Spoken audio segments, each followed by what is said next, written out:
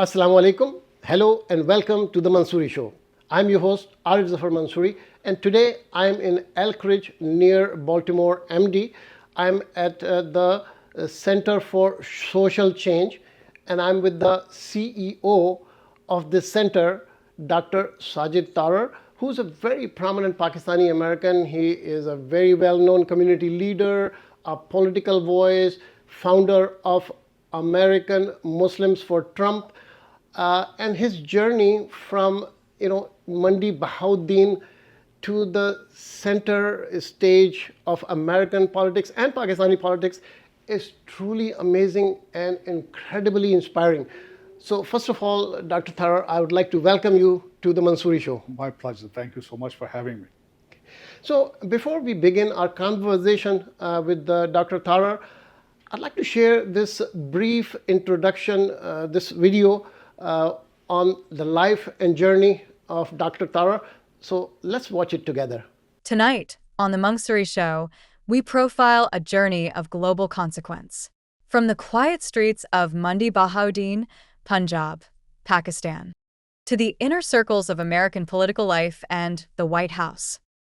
We welcome a man who has become a defining voice in the halls of power and on the television screens of millions around the world.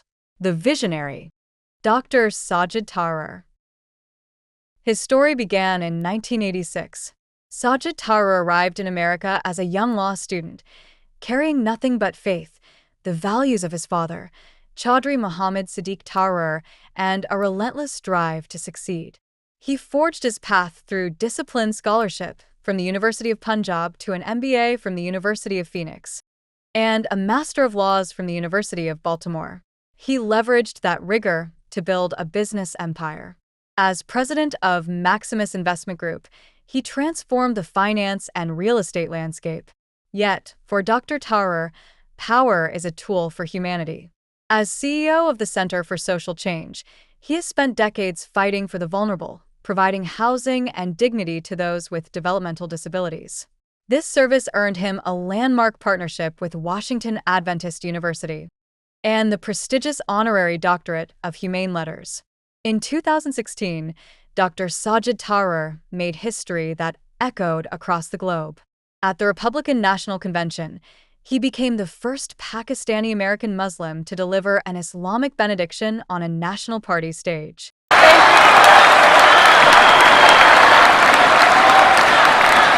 Please welcome founder of American Muslims for Trump, Sajid Tarar.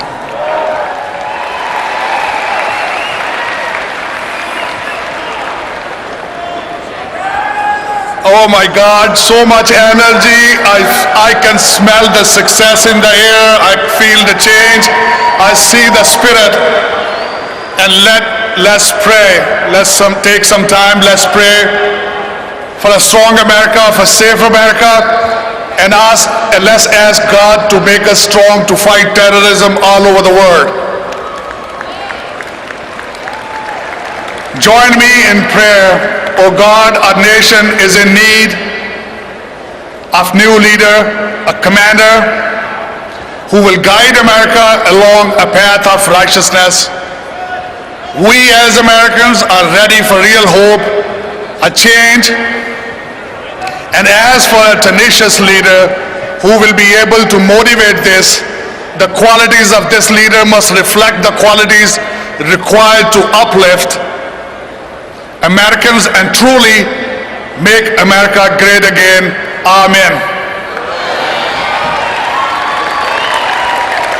Thank you. In 2017, he stood at the Washington National Cathedral to recite Surah Al-Fatiha, a moment of unprecedented visibility for our community. A'udhu billahi minash shaitanir rajeem. Bismillahir rahmanir rahim. Alhamdulillahi Rabbil Alameen Ar-Rahmanir Rahim Maliki Yawmiddin Iyyaka na'budu wa iyyaka nasta'een Ihdinas siratal mustaqim. As a trusted advisor to President Donald Trump and a key member of the national finance team, he has championed political engagement across 3 consecutive U.S. election cycles. A formidable presence across American and Pakistani media, From ARY television network to major U.S. media networks, he serves as a primary architect of the global narrative, shaping the future of U.S.-Pakistan relations for an international audience. A powerhouse of influence, Dr. Tarar maintains deep, direct connections with U.S. and Pakistani elected officials, whether at Harvard University alongside Justice Faiz Asa, or engaging with high-level leadership like Federal Law Minister Azam Nazir Tarar. He is the consistent voice for a stronger global alliance. Safety of America, number one priority for Donald Trump, and being a Muslim American is my number one priority as well. Through Muslims of America, he continues to transform lives, personally endowing perpetual scholarships at NUST to empower the next generation of Pakistani excellence. A philanthropist of profound impact, a media titan, a visionary who broke barriers at the highest levels of the American presidency.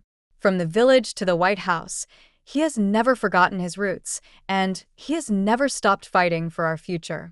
He doesn't just represent the American dream, he is its living proof. A bridge between nations, a champion for the next generation, and a historic voice for a global audience. Join me in welcoming Dr. Sajid Tarar.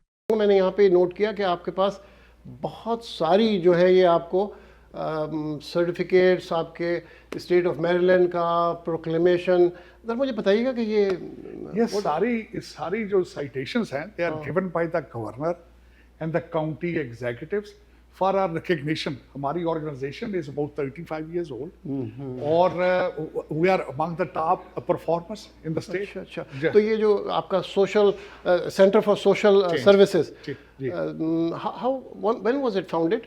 It founded about 30 some years ago. अच्छा, and we deal with the developmental disabilities. जी जी. तो उसमें इसमें हम जो हैं वो dementia से deal करते हैं, आर्टिज्म से डील करते हैं और हमारे पास बच्चों के घर भी हैं. We have about 600 employees in state of Maryland और हमारे we have about 50 units. माशाल्लाह. अच्छा ये आपका corporate headquarter This is our corporate office. Elkridge near Baltimore. Near Baltimore. अभी आप अगर देखा जाए तो आप बाल्टीमोर और वाशिंगटन डीसी के दरमियान हैं, I-95 के ऊपर. अच्छा. और I-95 जो है वो एक ऐसा कॉरिडोर है जो बफलो से मायामी तक जा रहा है. अच्छा अच्छा. तो हम उस पे सेंट्रल लोकेशन है आपकी. Central location. अच्छा मैं ये नोट कर रहा हूँ कि आपकी कई जो हैं तस्वीरें प्रेसिडेंट ट्रंप के साथ भी लगी है. आपकी तस्वीर जॉर्ज बुश हमारे प्रेसिडेंट उनके साथ भी और कई बड़े डिग्निटरीज के साथ आपके यहाँ पे कुछ तस्वीर मौजूद हैं. तो इट्स रियली ग्रेट आपका जो ऑफिस है. तो आप इस ऑफिस में कब से हैं? मैं इस ऑफिस ये हमारा ऑफिस तकरीबन 15 साल पुराना है. अच्छा 15 साल. वी ओन 11 एकड़ लैंड है यहाँ पे हमारी. साथ हमारा एक अडल्ट डे केयर सेंटर है और हमारे तकरीबन 50 के करीब यहाँ पे कॉर्पोरेट ऑफिस में लोग बैठते हैं. Those run the whole machinery. But आप यहाँ पर इस एरिया में तकरीबन 35 years serving the community. अच्छा अच्छा.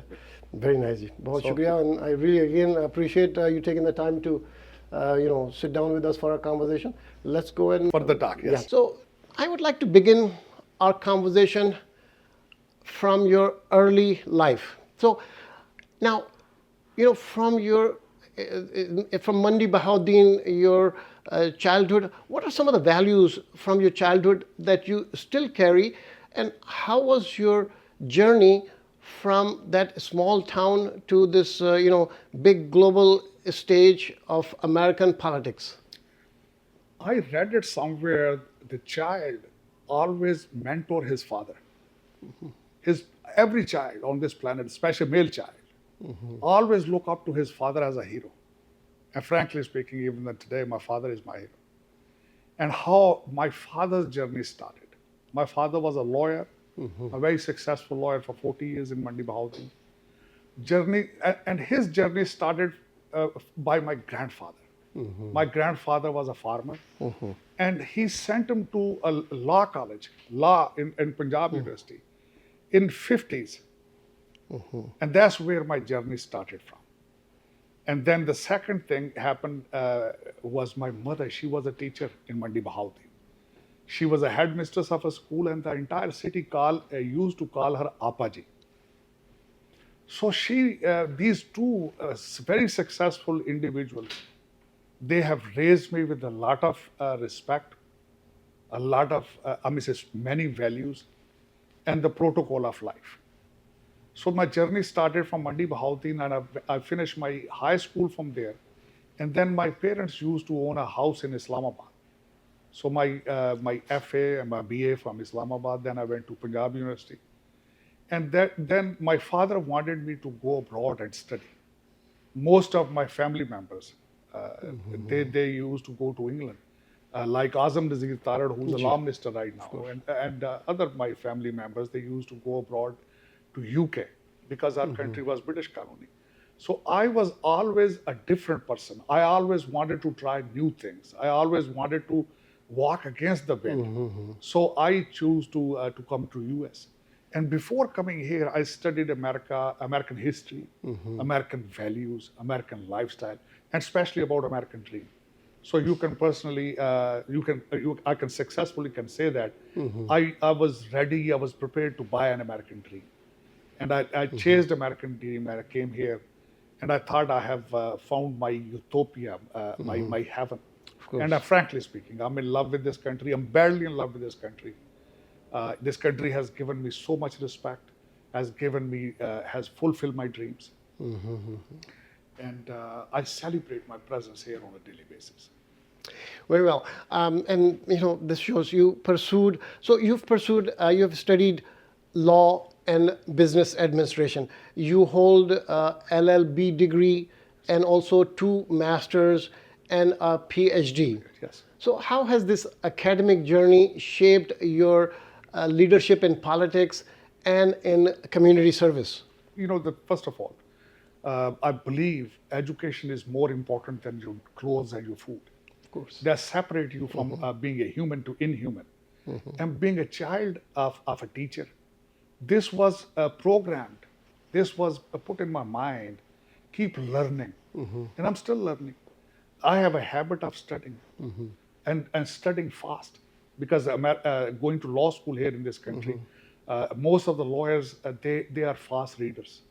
This becomes a habit. Each of our assignment during the law school, it used to be 150 to 200 pages. That's a lot. So we have to finish. So the thing is, my mind is addicted to new information, and I enjoy reading. So what happens when I came here, I went to law school, and then I came to business. I was privileged to borrow the money from my father in 1988. He gave me $75,000 loan to start a business here. And then I studied many businesses here. I was in retail business. I was a franchisee with a lot of Fortune 500 companies before coming to the healthcare business. Now I'm in healthcare business. Right. And then this is my way of integration. Taking part in sporting democracy, sporting politics. And plus one major step, I went to local law school. So a lot of governors, a lot of congressmen, they were my classmates. So I grew up with them. I happen to have a very close relationship with 3 American presidents and many governors, of course, local governors. And second advantage I had, I was close to the power of the center, power of the country, Washington, D.C. And you have seen, not only in the US, most of the legislative bodies everywhere in the world, they have majority of the lawyers, because practicing law, we deal with the social issues. We deal with fights and property disputes and family issues. So we deal with humanity. We deal with the social issues. So that brings us to politics. And plus, at the same time, legislation, constitutions, they are our subject matter. Matter of fact, I have gone through the constitutional law twice. In Pakistan, when I studied constitutional law, we have to memorize the 5 constitutions of the 5 superpowers. But here they taught us constitutional law, American Constitution. So it was a very intensive study about constitution, legislation, different form of governments, not only a democracy, but monarchies, socialism, communism. So this was part of my subject matter, my training. And then not only this, I grew up in a political family. In Mandi Bahauddin back home, my family is in politics. Right now, 2 of my family members, they are part of the cabinet. My first cousin was a MNA and MPA twice, and still he is in politics. So this was part of my training, my grooming earlier, and not only this, my background is serving, being a son of a teacher. My mother used to tell me that she taught as a worshiping, not as a job. So it was part of my brought up to love people and help them if I can.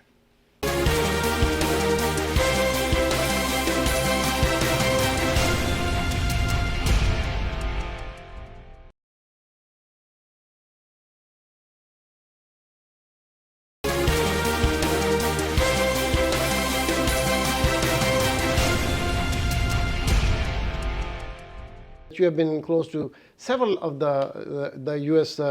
Presidents, and you are the founder of American Muslims for Trump.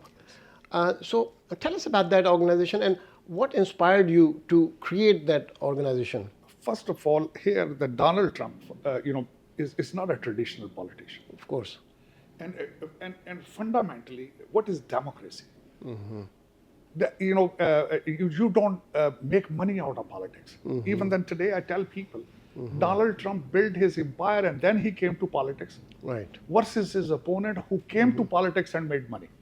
I'm talking about Biden, Joe Biden. 50 years experience of Washington, D.C. I think it's a too much experience. That when a politician stay in Washington, D.C. around bureaucracy for 50 years, he becomes a part of bureaucracy, which is called the establishment. So this was one of the fundamental reasons being attracted toward Donald Trump. And then I had a relationship, I had a friendship with him before he planned to run for office. I had a couple of friends, those were very close to him, like Chris Christie, who was a governor of New Jersey. And some of his partners, I had close ties with them. And I knew that he's not a traditional politician, and that's what the democracy is about. It was not winning or losing.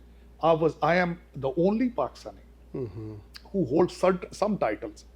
First of all, I'm the only Pakistani who is with them since 2017. Of course. And I was the only Pakistani and only Muslim who has spoken at RNC in Cleveland, Ohio. Yeah. And I am the only Pakistani who spoke at his inauguration. I'm the only Pakistani and only Muslim whose picture and my bio was part of his 2020 campaign website. So I can gladly say that I understand his policies and his mindset. Yeah.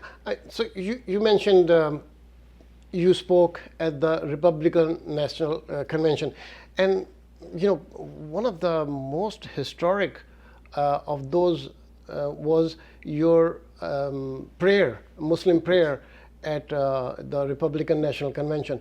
That was a historic moment. I'm sure it was really a big moment for you, but for the Muslim ummah around the world. What did it feel like when you knew that the whole world is watching and you are at the center of this, leading Muslim prayer at the Republican National Convention? When I was sitting, before going on a stage, which was 36,000 Americans watched it here in this country live, and then you will be surprised, there was a whole section of the foreign diplomats in the hall, in the big hall in Cleveland, Ohio. And that time, Jalil Abbas Jilani Saab was an ambassador, and he's a good friend of mine. He's like my elder brother. You will be surprised that when I went on the stage and he asked me, that it was a big surprise for all the diplomats, all the ambassadors all over the world, and they start asking, who's this guy from Pakistan, where he belongs to. But in the room before coming to the stage, one of the Republican leader told me, going to the stage after this will change your life. And matter of fact, it changed my life. It was a life-changing experience. Two things I wanted to tell you. The same night, I went on CNN with the 3 different analysts, and then I went on Don Lemon Show the next day. Then I went to the Republican at the same time, Sean and Hannity Show. Of course. I still wanted to tell you one thing. In the Don Lemon Show, which was very popular then, he said that you are the bravest person of the Cleveland. It's on the record. And the reason, because it was so, that time, or even then today, a lot of people from the left side, they say that Donald Trump or the white Republicans, they don't like Muslims. They don't like immigrants, which is false. So they kept asking me this question the same night and the next day when I was in Cleveland, Ohio, that how it is possible that you have gone on the stage where the Donald Trump was chosen to be, given the ticket, given the nomination to become an American president. But like I told you, my journey with the Republican Party, I was, matter of fact, this is another question most of the time that people ask me, the why I'm conservative and why I'm Republican and why I'm a Trumpster. And that's $1 million question. I always tell them, I bought an American dream, and buying an American dream is a Republican philosophy. I did not come here for handouts. I did not come here for the socialist agenda. If that was an objective of mine, I would have walked to China or Russia to live in a socialist society. But I was looking for a competitive marketplace. I wanted to come here and compete and enjoy the competition and enjoy my freedom, fundamental rights, constitutional rights, civil liberties and everything. So that is an American dream. So a lot of people still don't understand what the Republican philosophies are. My choosing America as my homeland, and the basic basis were because America was a conservative country compared to Europe. So you mentioned some of your appearances on some of these very prominent shows. You have been a very recognized political voice, and you have led social discourse. You have been featured on BBC, CNN, Fox, and newspapers, very prestigious newspapers like Washington Post, New York Times. So how has your appearing on these global platform shaped your your leadership style and has affected your influence in the community? One fundamental change, what I have seen overall, and what separates me from others, that I'm very vocal. I'm very open-minded. I not only, you can say, I bluntly say things, because today in today's world, people don't want to listen everything politically correct. People want to know what the reality is. Yes. And these days, let me add you some further more things. Public speaking, leadership abilities, I have a passion for that. These days, you go to any event, people are just reading artificial intelligence designed speeches. Nobody wants to listen to that. That's true. So to me, is if I'm not telling what my heart says, people won't listen. The face reaction and selection of words, it is very important. A lot of times I have seen people, they discuss their interviews a couple of days ahead of time. They prepare their speeches, they write every single word, which I don't do that. I just wanted to tell, regardless if somebody, certain people, they don't like me. And it's okay with it, I'm fine with it. But I will still read my mind. I will still tell them what I believe in. I was with Donald Trump, and I was trying to tell them that this ban list was prepared by Barack Hussein Obama. It was not prepared by him. Yeah. And Obama was the president where the most of the drone attacks took place on Pakistan. Absolutely. There were more Pakistanis, they killed by drone attacks. And Donald Trump lost his 4 years, there was not a single conflict started. He's a peace-loving president, period. And I can prove it, I can go into the debate.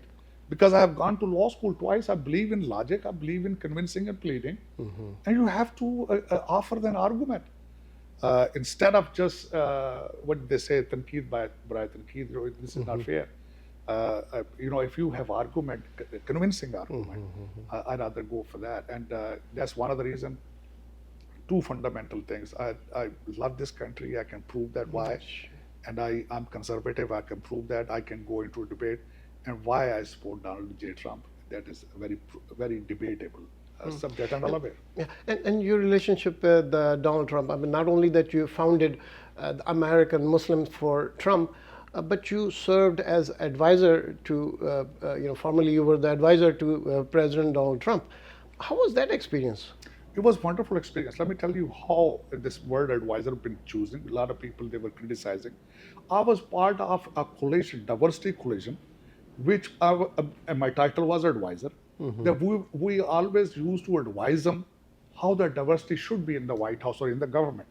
It was a wonderful experience. And matter of fact, not only this, I'm very proud of one day I went to the White House, and I was part of the gathering, and Mr. President, during his first term, he took me to the cabinet, and he told them that this is the guy who stood with me when no Muslim was with me. And matter of fact, not only this is a sad thing, even then the president and campaign, they wanted to go to some masjid, to some mosque, to prove that Donald Trump is not against Islam. But hatred in our communities was so much, I was not able to find a single mosque.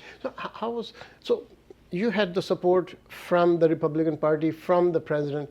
How did the community react? Because you were the one standing, as a Muslim for the, conservative values, for Republican values. There is an impression that most of the Muslims are Democrats, which I don't personally believe. I think it's 50-50. There is but there is a general impression that most of the Muslims are Democratic supporters, and you stood as a Muslim. So how was your experience from the community? So much hatred, so much hatred. Even then I received the death threats. And that time when it was taking place, we had a Republican governor here in Maryland. He offered me that if I need to have a protection provided by state, but I refused it. But it was so much hatred for no reason. I mean, it's a political opinion. Of course. That's why I still can't understand. When I came into this country, this is how I used to answer. I used to tell people I'm Democrat on certain issues and I'm Republican on certain issues. It's just a political opinion. Why you are taking it so personal? But somehow our community was leaning so badly. Even then today, some of the people, they were Democrats, and now they're trying to penetrate into the Republican circles, just for the photo session things, just for the namesake. But they still don't like Donald Trump. And what the Donald Trump is a whole philosophy. Trumpism, or like Reaganism, was a philosophy. Tax cut was a philosophy. Circulation of wealth, giving tax cut. This is the basic definition of economy. When you give the tax cut, when you give the money into the hands of people, circulation of wealth is called economy. And here Donald Trump right now basically is making America great again. America was great, but he's trying to make it again. And you can see it the way he's performing. 7 wars within 7 months. And he inherited all of these wars. Not a single war started by his policies, by his weaknesses. But he's continuously, the day first he has walked into the White House, he's continuously struggling to stop the wars. One such war was the war between India and Pakistan, 4-day war in May, where President Trump has stated that he brokered the peace between Pakistan and India, whereas India has claimed that it was not so. What is your opinion regarding this matter? My opinion is this: the May 10th is as equal to the August 14th for us. It's a new Pakistan. And the thing is this: the word used to tease us by 1971 separation. People used to, not only this, that India used to believe that we cannot fight the conventional war with them. And then the biggest favor our Field Marshal Hassan Munir has done to America. And what is their favor? They have been, last presidents, they used to believe that India is the only country who can contain China. Wrongly, he has proven wrong. He has took the message to the White House. If this country cannot stand Pakistan for 46 minutes, how can he go against China and protect your interest? That is the biggest reason that Donald J. Trump respects our Field Marshal. And second point, why he always called him a Field Marshal? Because he has seen everything from the satellite images, what Pakistan did. Yeah, he knows. They are denying it, but the whole world knows that what happened that day. So that's why he called him Field Marshal. And third point is this: he's a strong leader, and he only respects strong leaders. His objective, his logo is, his mandate is making America great again. On the other side, our Field Marshal, who's dedicated, his motto, his target is making Pakistan great again. So the both things, when you put them together, that's what the relationship is. Second question here, I wanted to add up. This always, the left side and some critics from Pakistan, they ask me this question: how long this marriage is going to stay? Which is a very valid question. And I always tell them, Pakistan-America relationship, they are not a new relationship. It started in 1954. Yeah, of course. And plus, I always try to educate them. Whenever there's a Republican president in the White House, they always, Pakistan always enjoy good relationship. Because reason, making Pentagon strong is the mandate of Republican Party. Of course. And Donald Trump's doctrine is achieving peace through strength. We fit into that mandate. We fit into that doctrine. And then Afghanistan, what is going on there? Because I told you earlier that I traveled in all three campaigns with him in detail. Yeah. He used to continuously say in his speeches during the campaign that Afghanistan, whatever the ammunition is left behind, can destabilize that region. Yeah, it's a lot of... And another thing is this: he always continuously criticized the way evacuation was taking place under Biden administration, with their dead bodies of their children running in the middle of the night, demoralized. Pentagon and entire army is demoralized, and that is still part of his mandate. Of course. Changing department DOD to a Department of War. So and that we fit in. The Pakistan fit into that thing, and that's why our relationship, they are touching the roof. And believe me, it will always stay there if we have a strong leadership. Of course. Now, I totally agree with you. The relationship between Pakistan and the United States are really hitting the roof, like you said. It's been really a major turning point, that war in May between India and Pakistan has turned the tide in favor of Pakistan tremendously, and we just saw that Saudi Arab signed agreement with Pakistan for the defense. There has been a lot of changes around the globe because of what happened in that war, and of course Field Marshal Asim Munir Saab gets a lot of credit for that. You have been credited with facilitating a lunch meeting between President Donald Trump and Chief of Army Staff of Pakistan, the Field Marshal Sajid Asim Munir. How did that come about? First of all, I was not the only source, matter of fact. It's a teamwork, and many other factors. Like I told you, May 10th has contributed a big role in it. Second thing is this: the leadership, willingness, acknowledging to work with Donald Trump. Otherwise, India has a huge lobby here. Of course. Indian diaspora is so strong. They are. But the one person, his negative approach toward the foreign policy has destroyed their entire foreign policy. So it was a teamwork, and plus the leadership of Field Marshal Asim Munir has made it happen. So the thing is this: the credit goes to his leadership. Very good. Now, let me ask you, I'm sitting here with you at the Center for Social Services. Yes. This is the corporate headquarters of your organization. You are the CEO of this organization. And I understand you have more than 50 centers of this organization, the Center for Social Services. First of all, I'd like to ask you, this is a very giant setup. I mean, of course, it's a very big setup that you have. So please tell us about the mission of this organization, and a little bit about this organization, and what inspired you to lead this organization.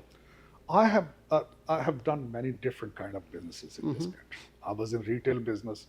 I used to own different kind of a franchise, restaurants, car washes, gas stations, many things.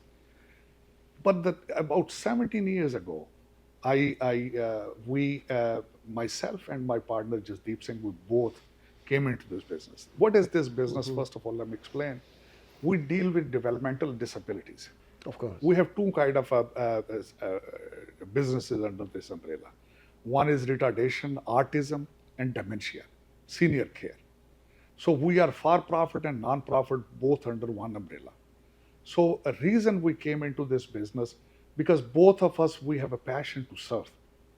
So our passion for our community, especially these people, those have autism by birth, or they get sick, schizophrenic, or they fell into the dementia.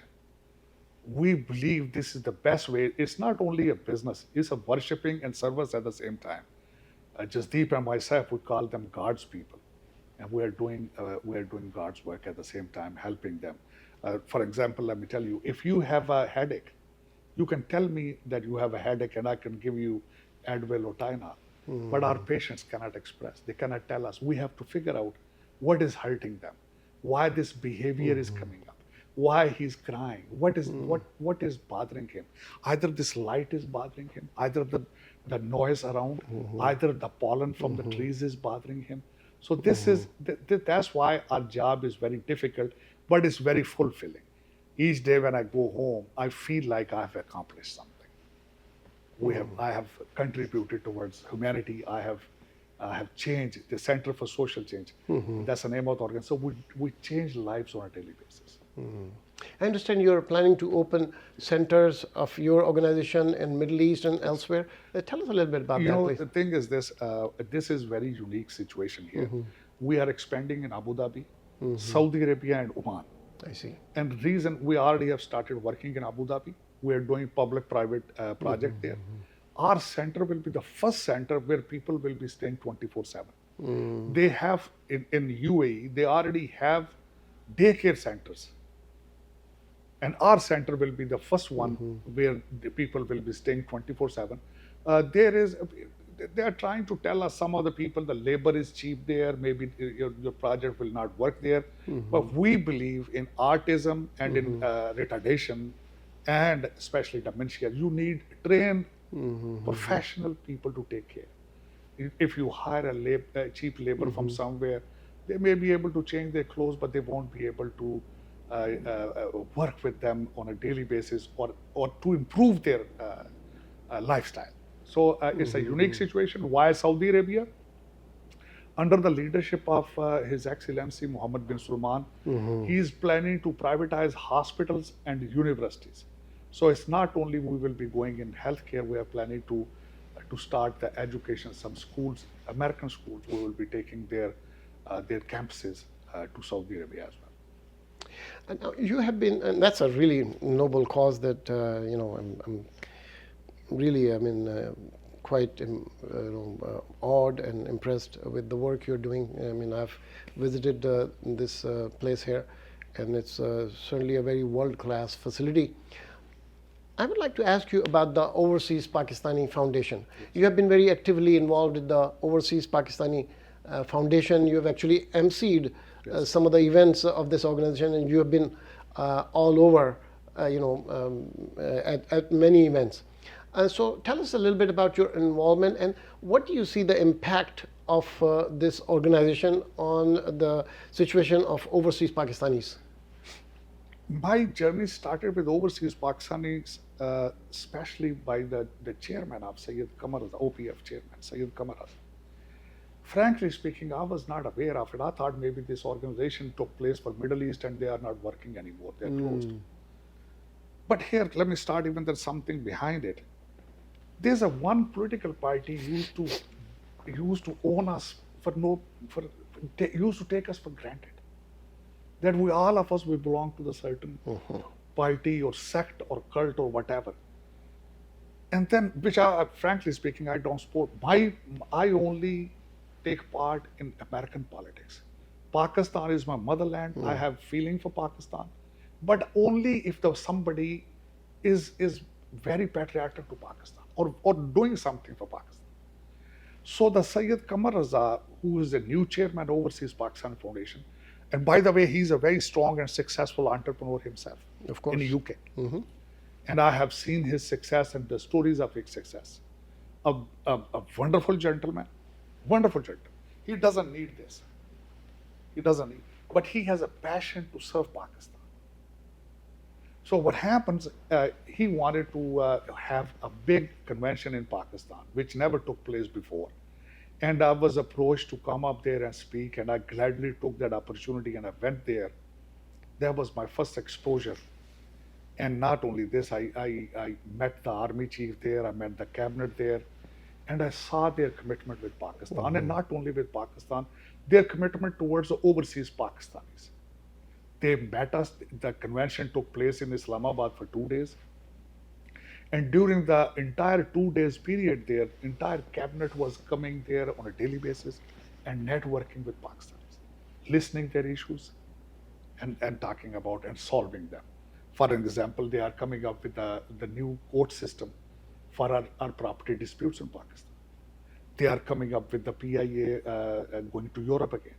They are already working on becoming PIA to US and Canada. So they know, because Syed Qamar Azad, the chairman of OPF, he is overseas Pakistani himself. So it makes a big difference. Right. And the second other institution I gladly wanted to bring up, because I was getting involved with the Overseas Pakistani Foundation, and when I was traveling to I was exposed to NUST. Of course. It's a wonderful university. Gee. I have adopted 12 orphans there, the students, on initial stages. In the future, I will be holding their fundraiser event in Washington, D.C. On a yearly basis. And that's another good experience I came across. A good organization, very, very strong organization. And everything on merit, everything is black and white. And I'm very impressed. And it has a future. And I wanted to give back to Pakistan. I wanted to help the poor people there. Like I told you, I have adopted the 20 orphans to provide them tuition fees and boarding and lodging. And my commitment is this, that I will be holding fundraisers for them in Washington, D.C., London, and Dubai. And I promise them the way you won't have to ask money from anywhere else. We will raise the money for intelligent, poor Pakistani students. Yeah, mashallah. And the OPF convention you mentioned in Pakistan, I had the good fortune of attending that along with several of the meetings here. And I can also testify that this is a very unique project. This is the first time that overseas Pakistanis are feeling that they have a voice. And I'm very glad that the government of Pakistan and especially at the same time, our Field Marshal Syed Asim Muli, of course, he has a passion for overseas Pakistan. Absolutely. And one thing I added up, and you have witnessed at the same time, he said this is not a brain drain, this is a brain gain. Brain gain. So I admire his passion for overseas Pakistan. Yeah, his speeches are very inspiring. And he has given the Vision 2030, the Vision 2047, joining the G20 and then coming to G10, and how we will reach to that roadmap, how we will touch the destination. That's remarkable. I'd like to ask you this with due respect. Now, you are often seen wearing a bow tie. Yes. And that has become sort of a trademark. Yes. I mean, it's as unique as your work. Yes. Is there a special story or some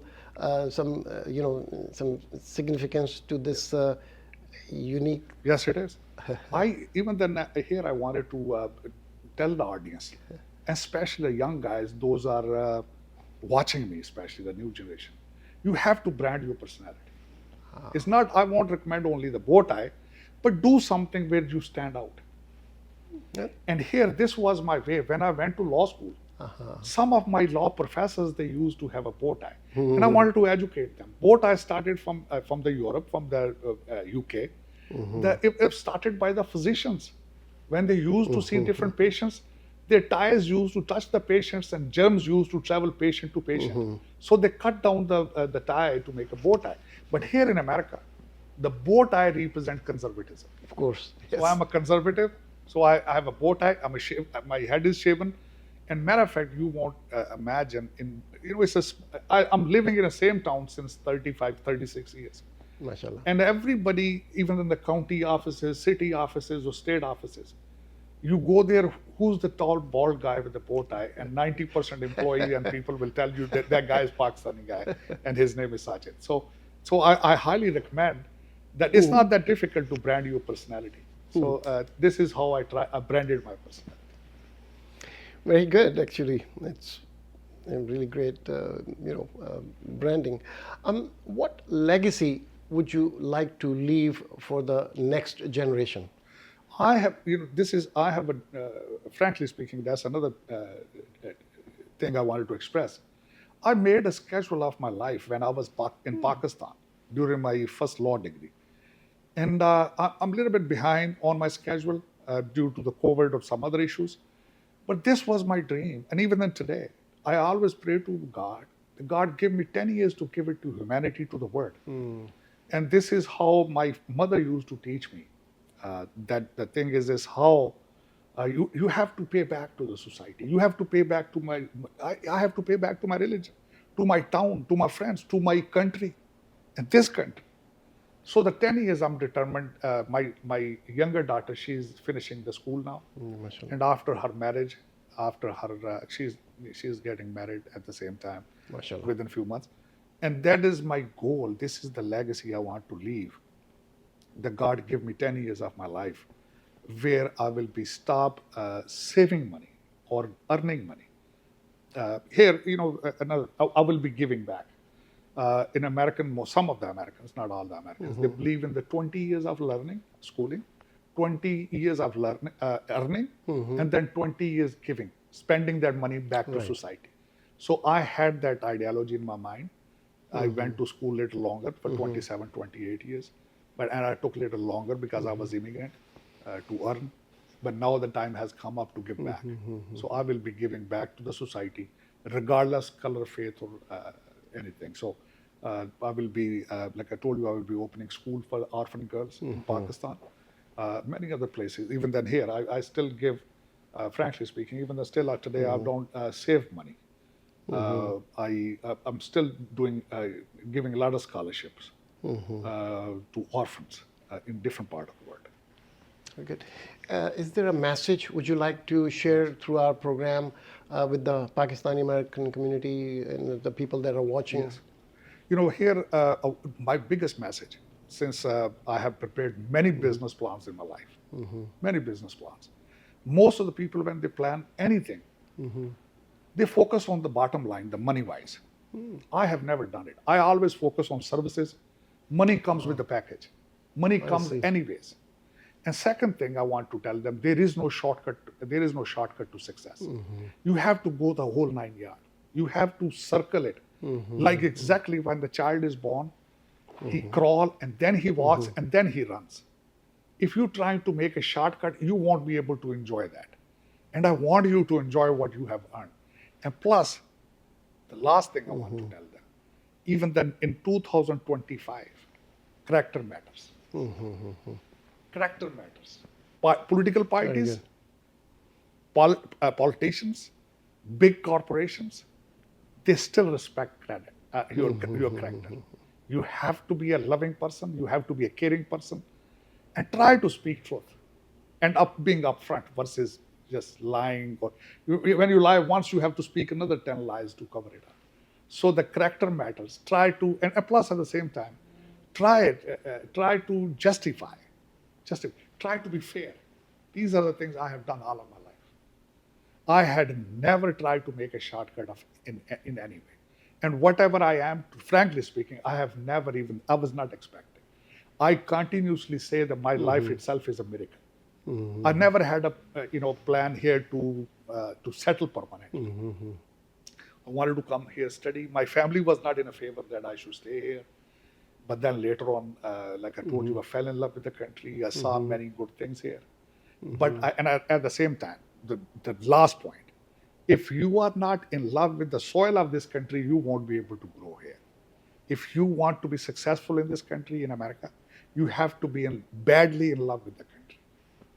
And another thing, which is I always tell my friends and everybody, which we don't do it, which hurts me. We don't volunteer in our fire departments. We don't volunteer in our hospitals.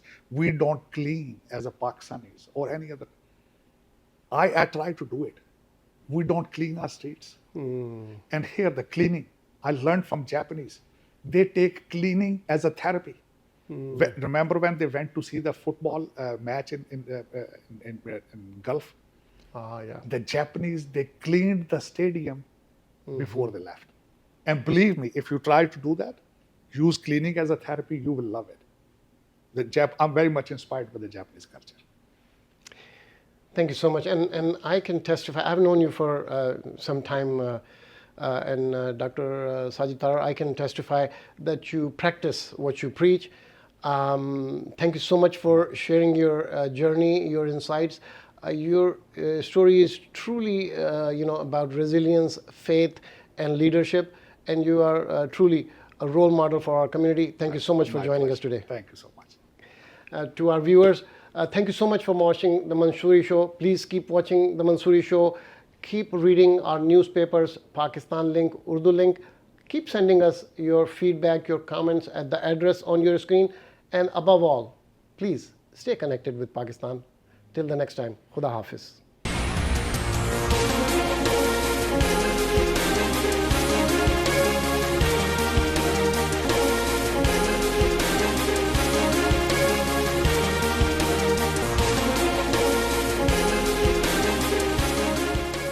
Parents, show your love with Tahir Halal Kids multivitamin gummies, made in the USA and certified halal. Delicious and packed with essential vitamins, these gummies keep your little ones healthy, happy, and full of energy. No fuss, just fun, because good health should taste great. Tahir Halal. Love, nutrition, and care in every bite. Tahir products आपके खानदान की सेहत के लिए बेहतरीन हलाल vitamins और supplements, खालिस, मियारी और फखर के साथ अमेरिका में तैयार करदा। Kaba Fusion is a pharmacist-owned, patient-focused team of professionals with over 30 years' experience providing intravenous medication to patients in the comfort of their own home. Founded by Dr. Sohail Masood, Kaba Fusion has 7 state-of-the-art pharmacies located across the country. Visit us at kabafusion.com to learn more about the benefits of in-home infusion therapy.